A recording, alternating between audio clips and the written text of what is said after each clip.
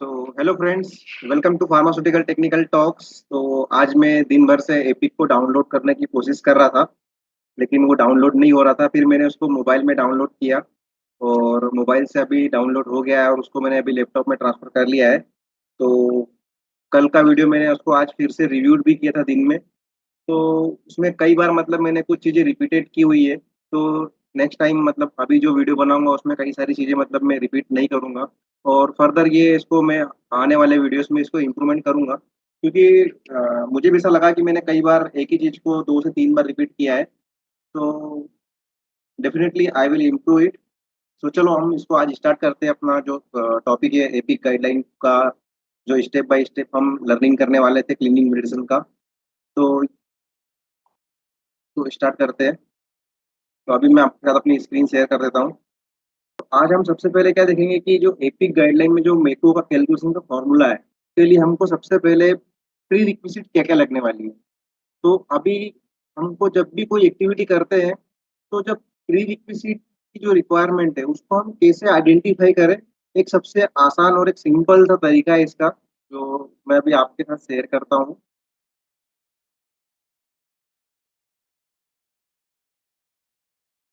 क्या आप सभी को मेरी स्क्रीन दिख रही है शायद? हाँ, यस। चेक कर लेता हूँ मैं एक बार, आपको स्क्रीन दिख रही है या नहीं दिख रही है। तो हाँ ठीक है, आपको स्क्रीन दिख रही है। और हाँ, कल का जो वीडियो मैं देख रहा था उसमें अपना जो मैं स्क्रीन शेयर कर रहा था वो पीडीएफ भी थोड़ा जूम इन था, तो आज हम उसको जूम आउट करके देखेंगे। तो चलिए स्टार्ट करते हैं।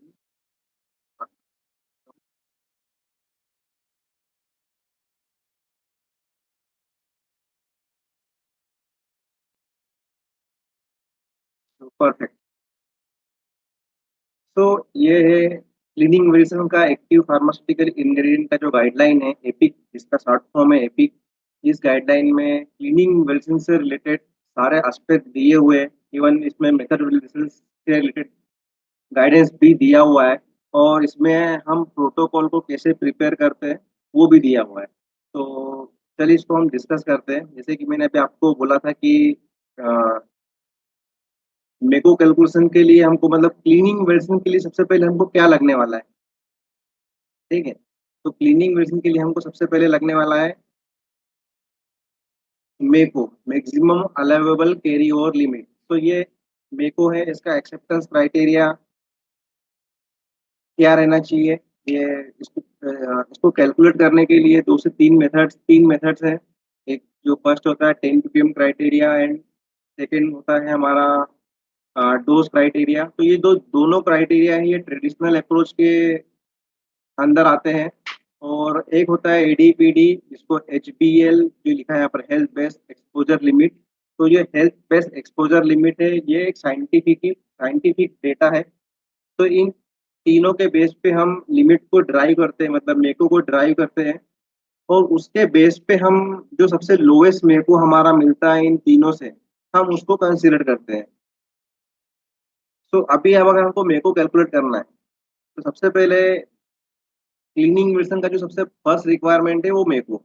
जब मेको हमको मिलेगा उसके बाद ही हम मेथड को वैलिडेट कर पाएंगे, क्योंकि हमारा लिमिट अचीवेबल है या नहीं है। तो गाइडलाइन में, इसी ईपी गाइडलाइन में क्लियरली लिखा हुआ है कि जो भी हमारा क्लीनिंग मेडिसिन का जो लिमिट आता है वो अचीवेबल होना चाहिए। और उसको वो अचीवेबल है या नहीं है, उसको हम मेथड वैलिडेशन के थ्रू समझते हैं।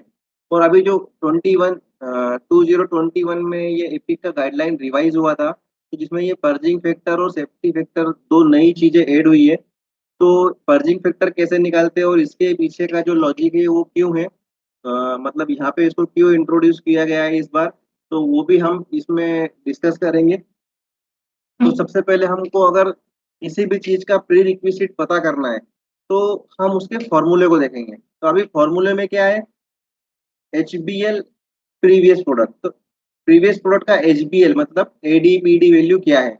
सबसे पहले हमको क्या चाहिए, एडीपीडी वैल्यू चाहिए। बिना एडीपीडी वैल्यू के हमारा मेको कैलकुलेट नहीं होगा। देन हमको क्या चाहिए, base size of the next product, मतलब जो मेरे बेस साइज प्लांट में जितने भी प्रोडक्ट है उसमें जो सबसे minimum base size of next product है। तो ये वर्स्ट केस अप्रोच है कि हम नेक्स्ट वर्स्ट केस जो प्रोडक्ट है, अभी क्योंकि अगर मेरे प्लांट में 10 प्रोडक्ट्स हैं, तो अभी मैं क्या हर 10 प्रोडक्ट्स में से किसका बेस साइज लूंगा? तो जिसका सबसे मिनिमम बेस साइज होगा, वो मेरा हम मैं उसको लूंगा। क्यों? क्योंकि वो मेरा वर्स्ट है। क्योंकि अगर प्रीवियस प्रोडक्ट अगर रेसिड्यू, सपोज अगर प्रीवियस प्रोडक्ट का रेसिड्यू 10 mg अगर इक्विपमेंट के ऊपर रहता है और नेक्स्ट प्रोडक्ट का बेस साइज कम है, तो क्या होगा कि वो जो 10 mg है, अगर सपोज एक 1 kg नेक्स्ट प्रोडक्ट का बेस साइज है, तो 1 kg के बेस साइज में जब 10 mg मिलेगा, तो उसका जो कॉन्सेंट्रेशन है वो ज्यादा हो जाएगा। अगर 2 kg है, तो नेक्स्ट पेज 2 kg है, तो उसमें उसका कॉन्सेंट्रेशन कम हो जाएगा विथ रिस्पेक्ट टू 1 kg। तो इसीलिए हम यहाँ पे वर्स मिनिमम बेच लेते हैं नेक्स्ट वर्स्ट केस प्रोडक्ट में, ताकि जो हमारा प्रीवियस प्रोडक्ट है वो ज़्यादा कॉन्सेंट्रेटेड कंटामिनेट किसको करेगा, जिसका बेस साइज मिनिमम होगा। और इसके पीछे एक और जो नीचे लिखा है, ये थेराप्यूटिक डेली डोज, मतलब जो maximum daily dose of next product. तो ये क्यों है? क्योंकि अगर देखो अभी प्रीवियस प्रोडक्ट 10 mg अगर उसमें नेक्स्ट प्रोडक्ट में मिल गया है, बेस साइज छोटा था, तो वो हाईली कंसंट्रेट हो गया उसके बाद with respect to other products. ठीक है। और मैक्सिमम डेली डोज भी उस प्रोडक्ट, उस जो हमारा जो नेक्स्ट बेच है उसका डेली डोज ज्यादा है, मतलब हम उसको इंटेक्ट ज्यादा कर रहे हैं। तो पॉसिबिलिटीज क्या है कि उस बेच में अगर प्रीवियस प्रोडक्ट का 10 mg मिलेगा, तो अगर डोज भी ज्यादा है और बेच साइज छोटा है, तो मतलब उसको इंटेक्ट करने का जो पॉसिबिलिटीज है वो ज्यादा हो जाएगा। एंड सेफ्टी फैक्टर और पर्जिंग फैक्टर। पर्जिंग फैक्टर ये अभी न्यू कंसेप्ट है, ये अभी तक किसी भी इंडस्ट्री ने शायद ही इसको स्टडी किया होगा। तो अभी इस पे भी हम डिस्कस करेंगे कि इसको हम कैसे कर सकते हैं। ठीक है। देन सेफ्टी फैक्टर भी हमको कहाँ से मिलेगा वो भी हम इस पर डिस्कस कर रहे हैं। तो सबसे पहले अगर मुझे पीडी वैल्यू मिला, फिर मिनिमम बेस साइज मिला, थेरापेटिक डेली डोज मिला, मतलब ये मेरे लिए इंपॉर्टेंट है मेको को ड्राइव करने के लिए। अभी ये सब कुछ मेरे पास है अवेलेबल। अब मुझे मेको मिल गया है कितना? सपोज मेरा मेको आया है 100 mg, मतलब 100 mg को मैं अलाउ करता हूँ नेक्स्ट प्रोडक्ट में। अब ये 100 mg अलाउेबल है या नहीं है? अब इस 100 mg क्या है कि अब मेरा एक पूरा इक्विपमेंट है, मल्टीपल इक्विपमेंट्स है, तो ये 100 mg ओवरऑल है, मैक्सिमम अलाउेबल कैरी ओवर है। तो अभी मुझे इक्विपमेंट वाइज लिमिट कैलकुलेट करना पड़ेगा। रिंस का मेरे पास दो मेथड है, swab sampling and rinse sampling. ठीक है। तो मैं स्वेप सैंपलिंग के लिए, अब उसका स्वेप का फॉर्मूला क्या होता है कि मेको, जो हमारा मेको 100 mg आया, मल्टीप्लाइड बाय हमारा जो स्वेप सरफेस एरिया है, जब हम जितना स्वेप करेंगे, जैसे हम 10 बाय 10 सेंटीमीटर का सरफेस एरिया स्वेप करते हैं, या 4 बाय 4 इंच का सरफेस एरिया हम स्वेप करते हैं, या फिर हम 16 बाय 16 इंच स्क्वायर का सरफेस एरिया भी यूज करते हैं। तो अभी हमने जो हमारा सबसे, जो भी हमारा फिजिबल है, मतलब हमारे इक्विपमेंट के अकॉर्डिंग, अगर हमारे इक्विपमेंट के साइज बड़ा है, तो हम हमारा जो सरफेस एरिया जो टेम्पलेट है हम उसको बड़ा रख सकते हैं, ताकि हमको रिकवरी अच्छा मिल जाए और हमारा जो मेको है वो अचीवेबल हो, ताकि हमारा मेथड में भी हमको डेवलपमेंट करने में प्रॉब्लम नहीं आए। बट अगर मेरा इक्विपमेंट कॉम्प्लेक्स है और जो जहाँ से मैं स्वेब लेता हूँ, मतलब जो मेरा hard to clean location identify हुआ है, तो वहाँ से सैंपल लेने में मेरे को, जो टेम्पलेट है मेरा वो बड़ा है, तो मैं उसको वहाँ पर बड़े टेम्पलेट को पुट नहीं कर पा रहा हूँ, मतलब रखने की जगह भी नहीं है वहाँ पर, पॉसिबल नहीं हो पा रहा है। तो उस केस में हम क्या करेंगे, हम 10 बाय 10, 5 बाय 5, इवन 2 बाय 10 के 5 टाइम सैंपल ले सकते हैं। बट इसमें हमारा जो इम्पोर्टेंट चीज़ है कि जो भी हम टेम्पलेट यूज़ करने वाले हैं, उस टेम्पलेट, उसी सरफेस एरिया पे हमारा मेथड वेरिएशन से रिकवरी भी प्रूव होना चाहिए। तो अभी हमको सबसे पहले लिमिट निकालना है मेको का। तो मेको हमारा 100 mg आ गया, मल्टीप्लाइड बाय हमने जितना सरफेस एरिया स्वेप किया है 0.01 मीटर स्क्वायर। तो अभी हम पे 10 बाय 10 सेंटीमीटर का एग्जाम्पल लेते हैं, और उसके बाद हम उसको डिवाइड करना है टोटल सरफेस एरिया से, पूरे जो जितना भी उस पेन का सरफेस एरिया है उसको। अभी यहाँ पर दो तीन कंसेप्ट तो और भी है, वो मैं आपको नेक्स्ट, जब नेक्स्ट डिस्कशन हमारा होगा उसमें आपके साथ में वो भी क्लियर करूंगा।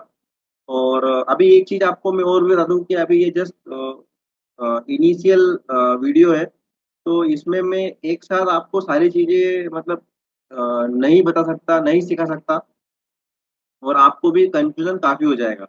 तो अभी ये जस्ट मैं अभी काफ़ी टाइम भी हो गया, रात को दिन भर से अगर डाउनलोड होता तो मैं आपको आज इसको कंप्लीट करने की सोच ही रहा था, लेकिन वो डाउनलोड नहीं हो पा रही थी एपिक की गाइडलाइन, तो जिसकी वजह से मैं वीडियो बनाने में लेट हो गया हूँ। बट अभी इसको हम क्या करेंगे कि जैसे अभी 3 से 4 कंडीशंस होती है। अगर अभी एक कंडीशन ऐसी है कि ऑलरेडी एक कंपनी एस्टेब्लिश्ड है, वहाँ पर एक नया प्रोडक्ट आ रहा है, तो उस केस में हम क्लीनिंग वर्ज़न कैसे करेंगे? सबसे पहले मेको का असेसमेंट कैसे करेंगे? उसमें हम क्यूआरएम कैसे करते हैं? जब प्रोडक्ट हम इंट्रोड्यूस करते हैं, तो हम क्यूआरएम के थ्रू जाते हैं कि हम सबसे पहले क्यूआरएम करते हैं, मतलब क्वालिटी रिस्क मैनेजमेंट के थ्रू हम उसका असेसमेंट करते हैं और अगर उस प्रोडक्ट को बनाने में रिस्क है, तो हम उसको उस फैसिलिटी में नहीं बनाएँगे, हम दूसरी फैसिलिटी में बनाएँगे। अगर कोई रिस्क नहीं है, तो हम उसको बना सकते हैं, वो हम पहले से इवैल्यूएट करते हैं। तो अगर नया प्रोडक्ट इंट्रोड्यूस हो रहा है, तो उस केस में हमको कैसे करना है या फिर कुछ कंडीशन ऐसी होगी, कुछ पर्सन्स ऐसी जगह काम कर रहे हैं कि जिनका अभी प्लांट नया है, मतलब अभी तक उनका फर्स्ट टाइम वो फार्मा इंडस्ट्री में है और उनको क्लीनिंग वर्ज़न करना है। अभी उनके पास वहाँ पर प्रोडक्ट भी एक ही है। अगर प्रोडक्ट एक है, तो मेरे पास नेक्स्ट प्रोडक्ट नहीं है, नेक्स्ट प्रोडक्ट का डोज़ नहीं है, तो मैं कैसे मेको को कैलकुलेट करूँगा? एक वो भी क्वेश्चन आएगा, तो वो भी हम डिस्कस करेंगे आने वाले वीडियोज़ में या फिर जैसे-जैसे मतलब टाइम मिलेगा उसके हिसाब से मैं इसको डिज़ाइन कर रहा हूँ ताकि सिंपल सा हो सके, चाहे कोई ग्रीनफ़ील्ड प्लांट में काम कर रहा है तो उसमें कैसे करना है। कई बार क्या होता है कि एक ऑर्गनाइज़ेशन है वो ऑलरेडी एस्टेब्लिश्ड है, लेकिन वो अपना एक नया प्लांट एक नई लोकेशन पर ओपन करते हैं, तो उनके पास तो क्लीनिंग का प्रोसीजर, प्रोटोकॉल वगैरह सब कुछ होता है, तो उनको कैसे क्लीनिंग वर्ज़न स्टार्ट करना है, मतलब इनिशियल फ़ेज़ क्या रहेगा? तो यहाँ पर मतलब मेरे हिसाब से 3 कंडीशन है। एक वो जो ग्रीनफ़ील्ड प्लांट है, उनके लिए क्लीनिंग मिशन कैसा करना है। एक ऑलरेडी रनिंग प्लांट है, एस्टेब्लिश्ड प्लांट है, कई सारे बैचेज़ ऑलरेडी कमर्शियलाइज़्ड है, वहाँ पर मुझे एक नए प्रोडक्ट को इंट्रोड्यूस करना है। तो उस केस में मुझे कौन-सा मतलब कैसे वेरिएशन को करूँगा, वो है एक। और एक तीसरा केस है कि अ, एक ऑर्गनाइज़ेशन ऑलरेडी एस्टेब्लिश्ड है और वो अपना एक नया लोकेशन पर एक नया प्लांट ओपन करती है। तो उस कंडीशन में मतलब मेरा क्या अप्रोच रहने वाला है क्लीनिंग मेडिसिन्स के लिए। तो ये 3 कांसेप्ट है। तो इन तीनों कांसेप्ट में जो मेन रिक्वायरमेंट है हमारा प्री-रिक्विज़िट। प्री-रिक्विज़िट जो मैंने अभी आपको बताया ये बहुत ही इम्पोर्टेंट है। तो जब हमको ये सारी चीज़ें मिल जाती है और इक्विपमेंट, अब यहाँ पर है जैसे इक्विपमेंट में भी क्या रहता है कि आपका एक कॉमन सर्विस एरिया अगर लिमिट मेरा अचीवेबल नहीं है, तो मैं वहाँ पर क्या कर सकता हूँ, कॉमन सर्विस एरिया वाला अप्रोच यूज़ कर सकता हूँ। क्योंकि मैं टोटल सर्विस एरिया वाला अप्रोच यूज़ कर रहा हूँ, मतलब वो मेरा वर्स्ट केस है। तो मैं उसको लिमिट अचीव नहीं हो रहा है, तो मैं कितना वर्स्ट जाऊँगा। ऑलरेडी मैं मेरे को 3 कैलकुलेट कर रहा हूँ डोज़ क्राइटेरिया 10 पीपीएम और एडी-पीडी वैल्यू से। उसमें भी मेरा जो सबसे लोवेस्ट है, मैं उसको ले रहा हूँ। ऑलरेडी मेरा वो वर्स्ट केस है। उसके बाद मैं टोटल सरफेस एरिया भी वर्स्ट केस में ले रहा हूँ। तो मैं टोटल सरफेस एरिया को क्या करूँगा, कॉमन सरफेस एरिया कर दूँगा कि जो प्रीवियस प्रोडक्ट और नेक्स्ट प्रोडक्ट दोनों में जो कॉमन इक्विपमेंट्स है, केवल उनका सरफेस एरिया ही लेंगे। उनका सरफेस एरिया हम क्यों लेंगे? क्योंकि अ जो कॉमन इक्विपमेंट है, क्योंकि प्रीवियस प्रोडक्ट जिस पे बना है, नेक्स्ट प्रोडक्ट के जो 3 इक्विपमेंट है केवल, वो ही उसको कॉन्टैक्ट कर रहे हैं। तो इसका मतलब कि जो वो बाकी इक्विपमेंट हमारे कॉन्टैक्ट में नहीं आ रहा है, केवल प्रीवियस प्रोडक्ट के 3 इक्विपमेंट ही नेक्स्ट प्रोडक्ट के कॉन्टैक्ट में आ रहा है। तो हम केवल उन 3 इक्विपमेंट का सरफेस एरिया ही पकड़ेंगे। तो उससे क्या होगा कि हमारा लिमिट इंक्रीज़ हो जाएगा, क्योंकि जो सरफेस एरिया है, वो हमारा डाउन साइड में आता है। तो हमारा लिमिट इंक्रीज़ हो जाएगा। या दूसरा एक और तरीका है लिमिट को बढ़ाने का कि हम क्या कर सकते हैं, हमारा जो स्वेप अ, सरफेस एरिया है 0.01 मतलब 10 बाय 10 सेंटीमीटर हम यूज़ कर रहे हैं, तो वो हमारा मल्टीप्लाई में ऊपर की तरफ आता है। अभी आपके साथ मैं स्वेप का फ़ॉर्मूला भी शेयर करूँगा, तो उसमें आपको क्लैरिटी ज़्यादा आ जाएगी कि हमको क्या-क्या प्री रिक्विज़िट लगने वाली है, ठीक है? तो उसके बाद हम एक कॉमन सरफेस एरिया वाला अप्रोच यूज़ करेंगे और अ, हमारे स्वेप सरफेस को हम डबल कर देंगे, तो हमारा जो लिमिट है वो डबल हो जाएगा डायरेक्टली। हमारा जो स्वेप का लिमिट है वो डायरेक्टली डबल हो जाएगा। तो एक ये भी अप्रोच है। तो अभी हम यहाँ पर जैसा कि अभी मेरे साथ में अभी कोई मतलब कोई जुड़ा हुआ नहीं है, ऑनलाइन नहीं है, तो मतलब मैं भी अगर कोई होता साथ में तो मैं उनसे क्वेश्चन पूछता है कि आप किस तरह का मतलब हम पहले आप कंडीशन मुझे बताइए कि मेरे पास एक नया प्लांट है और मैं एक नया प्रोडक्ट इंट्रोड्यूस कर रहा हूँ उसमें, और मेरे पास कोई नेक्स्ट प्रोडक्ट नहीं है, तो उसके हिसाब से मैं आपको बताता। लेकिन अभी यहाँ पर कोई भी नहीं है, मैं अकेला ही हूँ। अ, खुद ही मीटिंग ऑर्गेनाइज कर रहा हूँ और खुद ही मतलब पार्टिसिपेंट भी मैं ही हूँ और प्रेजेंटर भी मैं ही हूँ यहाँ पर अभी फिलहाल तो इसको मैं कैसे आगे इसको हम कंटिन्यू करेंगे, या आप मुझे कमेंट करके बताएं कि मतलब मैं पहले ग्रीन फील्ड के हिसाब से इसको कंप्लीट करूं, या फिर मैं इसको एक ऑलरेडी इस्टेब्लिश फैसिलिटी है उसमें एक नया प्रोडक्ट आ रहा है उसके अकॉर्डिंग इसको आगे कंटिन्यू करूं, या फिर हम तीनों को वन बाय वन करके चलेंगे। अगर आपका कमेंट नहीं आता है तो हम तीनों को वन बाय वन लेके चलेंगे। तो अभी जस्ट ये मैं वीडियो शूट कर रहा हूँ ताकि आपको भी क्लैरिटी मिल जाए, क्योंकि नेक्स्ट वीक में नहीं हूँ, मैं थोड़ा ऑफिशियल वर्क के थ्रू बाहर जा रहा हूँ, तो नेक्स्ट वीक में मुझे टाइम नहीं मिल पाएगा। तो नेक्स्ट संडे को मैं इसका एक वीडियो कंप्लीट डिटेल और लेके आऊँगा, जिसमें हम एक ऑलरेडी इस्टेब्लिश फैसिलिटी है उसमें एक न्यू प्रोडक्ट को इंट्रोड्यूस किया, इस कंसेप्ट के साथ में हम इसको स्टार्ट करेंगे नेक्स्ट वीडियो में, ठीक है। तो अभी मतलब थोड़ा थोड़ा आपको बता देता हूँ। तो लिमिट को इंक्रीज करने की हमारी बात चल रही थी, तो लिमिट इंक्रीज करना है, क्यों करना रहता है, क्योंकि वो अचीवेबल नहीं है। तो इसमें मतलब क्लीनिंग मेडिसिन में बहुत सारी पॉसिबिलिटीज है। अगर मान लो कि हमने ये दोनों अप्रोच यूज कर लिए, उसके बाद भी अगर हमारा लिमिट नहीं आ रहा है, अचीवेबल नहीं है, तो हम क्या करेंगे कि हमने डोज क्राइटेरिया और 10 ppm क्राइटेरिया दोनों से कैलकुलेट किया है। अगर इसके थ्रू हमारा मेरे को निकला है, ड्राइड हुआ है, तो हम क्या करेंगे, इस उस केस में हम क्या करेंगे, हम हमारा जो साइंटिफिक अप्रोच है एडीपीडी वाला हेल्थ बेस्ड एक्सपोजर लिमिट, वो साइंटिफिक है, मतलब वो टॉक्सिकोलॉजिस्ट ने उसको ड्राइव किया है और वो साइंटिफिकली प्रूवन है, साइंटिफिकली कैलकुलेटेड वैल्यू है। तो इसलिए हमारे लिए वो वैल्यू बहुत ही इंपॉर्टेंट है। तो हम क्या करेंगे, अगर लिमिट हमारा अचीवेबल नहीं है तो हम एडीपीडी पहले डोज क्राइटेरिया को ट्राई करेंगे। अगर डोज क्राइटेरिया और हमारा अगर मान लो कि सबसे लोएस्ट मेरे को पीडी वैल्यू से ही आया है, तो उस केस में हमको पीडी वैल्यू कंसीडर करना है, और उस केस में हमको मेथड को डेवलप करना पड़ेगा। अगर हमने सारे अप्रोच यूज कर लिए, लिमिट बढ़ा ली, लेकिन फिर भी हमारा मेथड में एलओक्यू और उसका जो लिमिट है वो अचीवेबल नहीं है। अभी ये जो अचीवेबल नहीं है, मैं इसकी जो बात कर रहा हूँ ना, ये अभी आपको शायद नहीं समझ में आएगा, क्योंकि ये मेथड वैलिडेशन का पार्ट है और ये क्यूसी का पार्ट है।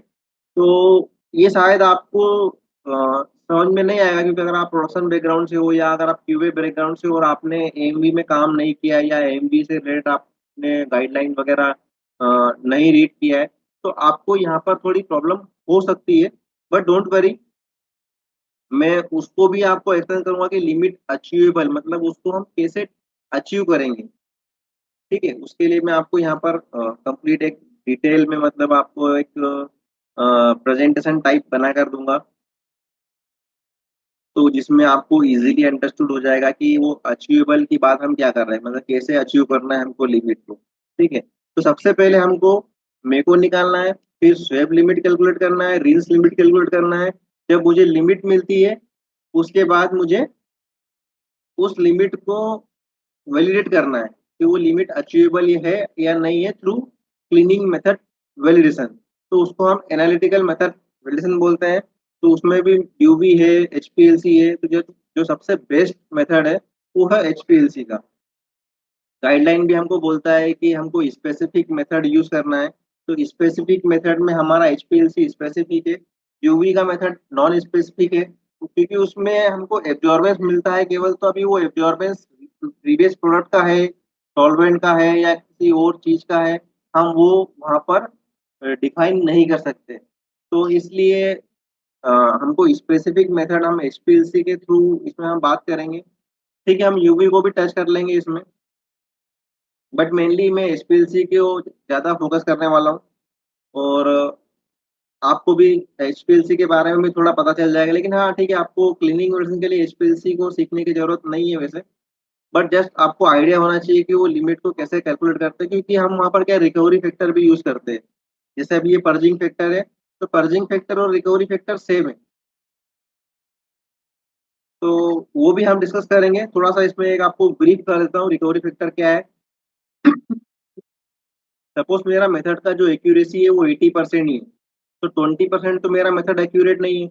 मतलब 20%, मतलब जो मेरा मेथड टेस्टिंग करके मुझे जो रिजल्ट देने वाला है वो केवल 80% ही एक्यूरेट है, 20% नहीं है। तो मैं क्या करूंगा, उसमें 20% इंटेंशनली ऐड कर दूंगा। मतलब जो भी मुझे रिजल्ट मिलेगा मैं उसमें 20% इंटेंशनली ऐड कर दूंगा। जैसे अगर मान लो कि मेरे को 10 ppm रिजल्ट मिला है, तो मैं 10 ppm रिजल्ट को रिपोर्ट करने के बजाय 12 ppm रिजल्ट रिपोर्ट करूंगा। क्यों 12 ppm करूंगा?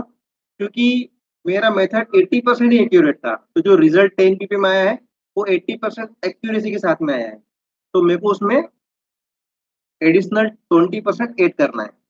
या तो रिजल्ट को बढ़ा दूंगा, या तो क्या करूंगा कि मेरा लिमिट सपोज 10 ppm है, नॉट मोर देन 10 ppm का मेरा लिमिट है, तो मैं क्या करूंगा कि क्यूसी को रिकवरी फैक्टर न देने के बजाय मैं अपनी लिमिट को ही कम कर दूंगा। क्योंकि बाद में क्यूसी से रिजल्ट आएगा, क्यूसी ने अगर फैक्टर वगैरह गलत लगाया या कुछ नहीं किया, मैंने उसके स्पेक में वो फैक्टर डाल के नहीं दिया, तो उन्होंने कैलकुलेट करके अलग दे दिया। तो बेस्ट है कि हम उसको हमारी लिमिट से ही पहले कम कर दें, या फिर वर्स्ट केस बेसिस पे हम लिमिट से भी कम कर देंगे और उधर रिजल्ट को भी बढ़ा देंगे। मतलब क्या कि हम हमारा लिमिट को नॉट मोर देन 10 ppm था, तो हम क्या करेंगे उसको 8 ppm लिमिट कर देंगे। तो हमारा जो 20% का जो मेथड का एक्यूरेसी है वो हमने लिमिट में एडजस्ट कर दिया, और वर्स्ट केस बेस पे हमने रिजल्ट को भी कर दिया कि हम इधर भी हमने 20% कम कर दिया, उधर भी 20% कर दिया। मतलब अब हमारे पास जो मार्जिन है वो केवल 60% का ही है। ठीक है। अभी अगर आपको ये नहीं समझ में आ रहा है तो डोंट वरी, हम इसको और डिटेल में और डीप में जाएंगे, और आप कमेंट करो कि आपको ये समझ में आया है या नहीं आया। ठीक है। तो सेम जो रिकवरी फैक्टर है वो हमने मेथड के ऊपर डाउट किया मतलब आप समझ लो कि मेथड के ऊपर डाउट किया, या एक्चुअली मैं इधर अपने आप को देख रहा हूँ यहाँ पर, तो ऐसा लग रहा है कि मैं इधर देख रहा हूँ लेकिन कैमरा यहाँ पर है। तो ठीक है, मैं तो अभी हमने हमारी मेथड को 80% एक्यूरेसी था, तो हमने 20% इंक्रीज कर दिया। तो हमारा जो पर्जिंग फैक्टर है, पर्जिंग फैक्टर क्या होता है कि आपका जैसे इक्विपमेंट है, आपने इक्विपमेंट को क्लीन किया, अब हमको यहाँ पर क्लीनिंग प्रोसीजर का फैक्टर निकालना है। हमने यहाँ पर मेथड का फैक्टर निकाला था, अभी यहाँ पर हमको क्लीनिंग प्रोसीजर का फैक्टर निकालना है। वो भी हमको लैब में स्टडी करना है। हम क्या करेंगे, एक टेम्पलेट लेंगे, एसएस का टेम्पलेट, जो भी हमारी सरफेस है, जितनी भी प्रोडक्ट कॉन्टेक्ट सरफेस है, सभी का हम टेम्पलेट लेंगे। उस टेम्पलेट के ऊपर प्रोडक्ट को स्पाइक करेंगे एक पर्टिकुलर अमाउंट। जैसे हम फॉर एग्जांपल हम 100 ppm को उसके ऊपर स्पाइक करेंगे। 100 ppm को जब मैंने स्पाइक किया, फिर मैं अपना क्लीनिंग प्रोसीजर, जो मैं रूटीन में जो क्लीनिंग प्रोसीजर फॉलो करने वाला हूँ, उसको मैं उसी प्रोसीजर से उस प्लेट को क्लीन करूंगा। जब वो प्लेट क्लीन हो जाएगा, उसको फिर मैं टेस्ट करूंगा। तो मेरे को मालूम था कि इनिशियल अमाउंट मैंने कितना यूज किया था, 100 ppm यूज किया था। अभी मैंने उसको क्लीनिंग प्रोसीजर से क्लीन किया, और क्लीन करने के बाद जब मैं टेस्ट कर रहा हूँ तो मुझे 10 ppm मिल रहा है। मतलब कि मेरा जो क्लीनिंग प्रोसीजर का एबिलिटी है उस प्रोडक्ट को क्लीन करने का, वो 90% है। ठीक है, 90% वो प्रोडक्ट को रिमूव कर देती है, लेकिन 10% फिर भी बचता है। तो वो जो 10% जो बचता है, वो भी मैं क्या कर रहा हूँ, अपने लिमिट में बढ़ा रहा हूँ, ऑलरेडी उसमें उसमें ऐड कर रहा हूँ। तो ये मेरा पर्जिंग फैक्टर हो जाएगा। तो उसके बेस पे हम पर्जिंग फैक्टर कैसे कैलकुलेट करते हैं, यहाँ पर ये दिया हुआ है, देखो कि purging factor reflects the ability of a process to reduce the level of previous product in downstream synthetic route of the next material. In case the material is not at the final API, the default value is 1 unless R&D can provide the case specific purging ability evidence। मतलब कि जब method development होता है, जब भी हमारा जब product कोई डेवलप होता है, उस समय प्रोडक्ट डेवलपमेंट के टाइम पे हमको क्लीनिंग की प्रोसीजर का भी डेवलपमेंट करना है। क्योंकि आजकल जो क्वालिटी बाय डिजाइन अप्रोच आया है, क्यूबीडी, उसमें QBD1, QBD2, QBD3, QBD4 4 QBD होते हैं। तो उसमें जो QBD1, QBD2 में जो डेवलपमेंट स्टेज है, तो डेवलपमेंट स्टेज में हमको प्रोसेस को तो डेवलप करना ही है, लेकिन प्रोसेस को बनाने के बाद जो प्रोडक्ट बनेगा उसका तो क्लीनिंग प्रोसीजर को भी डेवलप करना है। तो उसी समय हमको हमारा जो क्लीनिंग की प्रोसीजर, ये पर्जिंग फैक्टर है, इसको भी हमको उसी समय कैलकुलेट करना है। और साइमल्टेनियसली अगर पॉसिबल हो तो हमको उसी समय मेथड वैलिडेशन भी हमको करके रखना चाहिए। तो मेथड वैलिडेशन में हम क्या वर्स्ट केस बेसिस कर सकते हैं, क्योंकि हमको रिकवरी स्टडी बाद में करेंगे। एलओक्यू लेवल और एलओडी लेवल हम निकाल लेंगे पहले से ही, क्योंकि हम एलओडी और LOQ value slope of calibration curve से निकालते हैं। तो जितना भी लोएस्ट पॉसिबल होगा हम वो कर लेंगे, क्योंकि क्या होता है कि कई बार मैन्युफैक्चरिंग फैसिलिटी में चेंजेस होते रहते हैं। तो जब हम इसको डेवलपमेंट स्टेज पे चल रहा है जब प्रोडक्ट, तभी हमको साइमल्टेनियसली मेथड वैलिडेशन भी करना चाहिए क्लीनिंग का उस समय, उस उसके अकॉर्डिंग। और वो हमको वर्स्ट केस बेसिस करना चाहिए। लोवेस्ट से लोवेस्ट एलओक्यू निकालना है, लोवेस्ट एलओक्यू पे हमको रिकवरी स्टडी करके रखना है। ठीक है। अगर हम फर्दर बाद में लिमिट कैलकुलेट करेंगे तो हमको वहां पर दोबारा से क्लीनिंग मेथड वैलिडेशन करने की रिक्वायरमेंट नहीं रहेगी, और हम ऑलरेडी करेंगे जब हमारा प्रोडक्ट प्लांट में आ जाएगा। उसके बाद अगर हम ये एक्टिविटी करेंगे तो प्रॉब्लम ज़्यादा हो जाएगी। अगर हमको उस समय एलओक्यू मिल गया है और फिर हमारा जब इनिशियल हम क्यूआरएम करते हैं और इनिशियल मेको का असेसमेंट करते हैं नए प्रोडक्ट को इंट्रोड्यूस करने के लिए अपनी फैसिलिटी में, तो उस समय हमको इजीली आसानी हो जाएगी। ताकि हमने क्या क्या हमने हमारी जो मेथड है उसको पहले से ही वर्स्ट केस बेसिस पे वैलिडेट करके रखा हुआ है। तो कई सारे जैसे रेंज भी अगर हम क्या करते हैं कि लिमिट का 150% तक जाते हैं, बट ऐसा गाइडलाइन में लिखा है, लेकिन हम गाइडलाइन में लिखा है हमको वही करना है। ऐसा कंपलसरी नहीं है, क्या है कि गाइडलाइन में मिनिमम 150% लिखा है। ठीक है, लिमिट का हमको 150%, एलओक्यू से 150% तक हमको लिनियरिटी रेंज वगैरह होना चाहिए। लेकिन हम क्या करेंगे, हमारा लिमिट क्या वेरिएबल है, वो डिपेंड करता है नेक्स्ट प्रोडक्ट के ऊपर। अगर कोई नया प्रोडक्ट नेक्स्ट आ जाएगा तो मेरा लिमिट और डाउन हो जाएगा। तो मैं क्या करूंगा, उसको मैं बढ़ा के रखूंगा, जितना वर्ष हो सकता है मैं उतना करूंगा। मैं हो सकता है कि 200%, 250% तक जा सकता हूँ इवन, क्योंकि जो रिस्क है वो हमारा लोअर लेवल पे है। तो हमको लोअर लेवल पे एलओक्यू पे हमने कर लिया है। अगर एलओक्यू पे कर लिया है, जो सबसे लोएस्ट पॉसिबल एलओक्यू था हमने वही आइडेंटिफाई किया और हमने उसके ऊपर ही रिकवरी कर लिया, तो वो मेरा वर्स्ट केस है। अगर मैं 150% पे नहीं भी करूंगा तो भी चलेगा। क्यों? क्योंकि जो मेरा वर्स्ट केस है एलओक्यू लेवल, उस पर अगर मुझे रिकवरी मिल गया है तो हायर कंसंट्रेशन तो मुझे मिलना ही वाला है।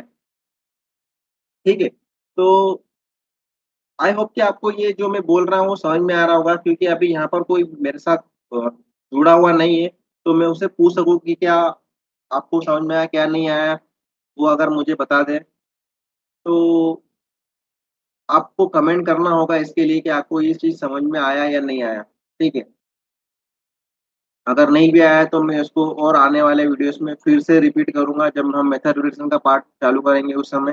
तो पर्जिंग फैक्टर के बारे में आपको थोड़ा मोटा मोटी पता हो गया होगा कि क्या चीज़ है। ठीक है। सेफ्टी फैक्टर भी ऐसा ही है कि ये प्रीवियस प्रोडक्ट और नेक्स्ट प्रोडक्ट में जो सेफ्टी फैक्टर है कि हमारा प्रीवियस प्रोडक्ट सपोज वो ऑप्थेल्मिक प्रोडक्ट है और दूसरा हमारा पेरेंटल प्रोडक्ट है, या फिर हम कह सकते हैं कि एक हमारा tablet oral solid doses form है, दूसरा हमारा दूसरा डोजेस फॉर्म है, कैप्सूल है, या उसमें तो जो सेफ्टी का फैक्टर है, मतलब कि अगर वो उसमें मिलकर जैसे अभी इसमें क्या होता है कि जो हमारे जो पेशेंट जो टेबलेट को कंजप्शन करने वाले हैं वो भी डिफरेंट डिफरेंट टाइप के हो सकते हैं। जैसे कि बच्चा भी, मतलब पीडियाट्रिक बोलते हैं जिसको, जो बच्चे के, तो पीडियाट्रिक में भी वो यूज होती है टेबलेट। इवन वो गायनिकोलॉजिस्ट भी यूज करते हैं उसको। तो वहाँ पर डिफरेंट डिफरेंट टाइप का रिस्क हो सकता है। तो उस केस पे हम कि प्रीवियस प्रोडक्ट और नेक्स्ट प्रोडक्ट को कंजप्शन करने का कौन कौन कंजप्शन करेगा, उसके बेस पे सेफ्टी फैक्टर को भी निकलता है। तो ये सेफ्टी फैक्टर, ये हमारा रोल नहीं है, ये हमको टॉक्सिकोलॉजिस्ट से ही लेना है, क्योंकि हम सेफ्टी फैक्टर और टॉक्सिकोलॉजिस्ट से रिलेटेड डेटा के बारे में मतलब हम इतना एक्सपर्टाइज नहीं है। ठीक है, मैंने उसको भी स्टडी किया, लेकिन काफ़ी वो बहुत बड़ा और बहुत डीप सब्जेक्ट है, क्योंकि उसमें आपको बहुत सारे लिटरेचर, फार्माकोविजिलेंस, कई सारे केसेस रिपोर्टर होते हैं। फार्माकोविजिलेंस भी एक बहुत ही अच्छा डिपार्टमेंट है। मतलब अगर आपकी टेबलेट में कुछ भी इंफेक्शन होता है तो वो उसके थ्रू वो रिपोर्ट करते हैं, उसको इन्वेस्टिगेट करते हैं। अगर वो केस वैलिड होता है तो उसके बेस पे मार्केट में वो इंसिडेंट पब्लिश होता है, और पब्लिश होने के बाद कई सारे प्रोडक्ट जो उससे रिलेटेड प्रोडक्ट है उनका एडीपीडी वैल्यू चेंज हो जाता है। तो इसी वजह से अगर हमारा मेको अगर एडीपीडी वैल्यू के बेस पे डिराइव्ड है तो हमको हर क्वार्टरली एडीपीडी वैल्यू को रिव्यूड करना है, क्योंकि एडीपीडी वैल्यू कंटिन्यूअसली चेंज होती रहती है, फैक्टर्स चेंज होते रहते हैं। जैसे जैसे स्टडी होती है, कोई भी टॉक्सिकोलॉजिस्ट स्टडी करता है तो, और एडीपीडी वैल्यू क्या होता है कि वेरिएबल होता है। मतलब कि अगर एक टॉक्सिकोलॉजिस्ट जो वैल्यू देगा, जरूरी नहीं कि दूसरा भी वही देगा, क्योंकि वो उसके उसने कौन सा डेटा रीड किया, उसने किस डेटा को रेफर किया, कि उसकी नॉलेज के ऊपर डिपेंड करता है। बट वो टॉक्सिकोलॉजिस्ट है तो वो कुछ ना कुछ फैक्टर वगैरह यूज करके वर्स्ट केस बेस पे ही देते हैं। तो जरूरी नहीं है कि हमारा एडीपीडी वैल्यू हमको दोनों टॉक्सिकोलॉजिस्ट से सेम मिले। पॉसिबिलिटीज है कि हमको अलग अलग मिले, इसीलिए हमको उसको क्वार्टरली मॉनिटरिंग करना है। और जब भी हमारा एडीपीडी वैल्यू में चेंज होता है, अगर एडीपीडी वैल्यू बढ़ रहा है तो हमारे प्रोडक्ट के ऊपर, क्लीनिंग मेडिसिन के ऊपर कोई भी इम्पेक्ट नहीं है। अगर एडीपीडी वैल्यू कम हो रहा है तो हमारे मेको वैल्यू भी कम हो जाएगी, मेको वैल्यू कम होगी तो हमारी लिमिट्स चेंज हो जाएगी। अगर हमारी लिमिट्स चेंज होती है, कम हो जाएगी, तो अगर हमारा रिजल्ट आया हुआ है उस लिमिट के ऊपर तो हमको वो हमारा आउट ऑफ लिमिट चला जाएगा। उस समय फिर हमको क्यूआरएम के बेस पे जो भी हमारा क्वालिटी मैनेजमेंट सिस्टम है, हमारी पॉलिसी के अकॉर्डिंग हमारी कंपनी जो हमारा ऑर्गेनाइजेशन है उसके बेस पे हमको अ, जो भी एक्शन लेना है, मतलब जो भी हमारी पॉलिसी कहती है क्वालिटी की पॉलिसी, उसके बेस पे हमको उसको इन्वेस्टिगेट करना है। अगर कुछ सीरियस इशू है तो उसको मार्केट में अगर वो कंजप्शन नहीं हुआ है प्रोडक्ट, तो हमको कुछ जो बचा हुआ है उसकी रिस्क को उसको रिकॉल भी करना पड़ सकता है। तो यहाँ तक के केसेस हो सकते हैं क्लीनिंग में। तो ये था एक बेसिक सा कॉन्सेप्ट क्लीनिंग का। अभी काफ़ी ज़्यादा टाइम भी हो चुका है और मुझे कल बाहर भी जाना है, तो मैं इसको आगे नेक्स्ट वीक में कंटिन्यू करूँगा। इसी वीडियो को यहीं से हम कंटिन्यू करेंगे, ठीक है? तब तक आप मुझे, जो मैंने आपको बताया कि आप मुझे बताइए कि आपको पहले ग्रीनफील्ड प्लांट के लिए क्लीनिंग मिशन समझना है या फिर आपको जो न्यू प्रोडक्ट के लिए, तो वो मुझे आप कमेंट करके बताएं। उसके बाद हम फर्दर नेक्स्ट वीक में जो वीडियो बनेगा मे बी मैं सैटरडे या सैटरडे इवनिंग, सैटरडे नाइट को ही हम वीडियो बनाएंगे नेक्स्ट। उसमें अगर आप चाहें तो लाइव भी जुड़ सकते हैं मेरे साथ शाम के टाइम पर। आप मुझे टाइम और अपना नंबर, कॉन्टेक्ट नंबर मुझे ईमेल कर दीजिएगा या कमेंट कर दीजिए, तो मैं आपको लिंक शेयर कर दूंगा इस जूम मीटिंग का। तो आई होप कि अभी तक मैंने आपको जो भी बताया आपको क्लियर हुआ होगा, और जो भी क्लियर नहीं हुआ वो कमेंट कर दीजिए। और अगर कमेंट भी नहीं करना है तो हम उसको इवन मैं इसको रिपीट भी करने वाला हूँ आगे चल के, क्योंकि ये एक बार में समझ में नहीं आएगा। और फिर हम इसको क्या करेंगे, एक्सेल शीट के थ्रू, और मेरे पास एक सॉफ्टवेयर भी है जिसमें हम इसको, जैसे वो क्या बोलते हैं, ब्रेन माइंड का एक सॉफ्टवेयर होता है, तो हम उसके थ्रू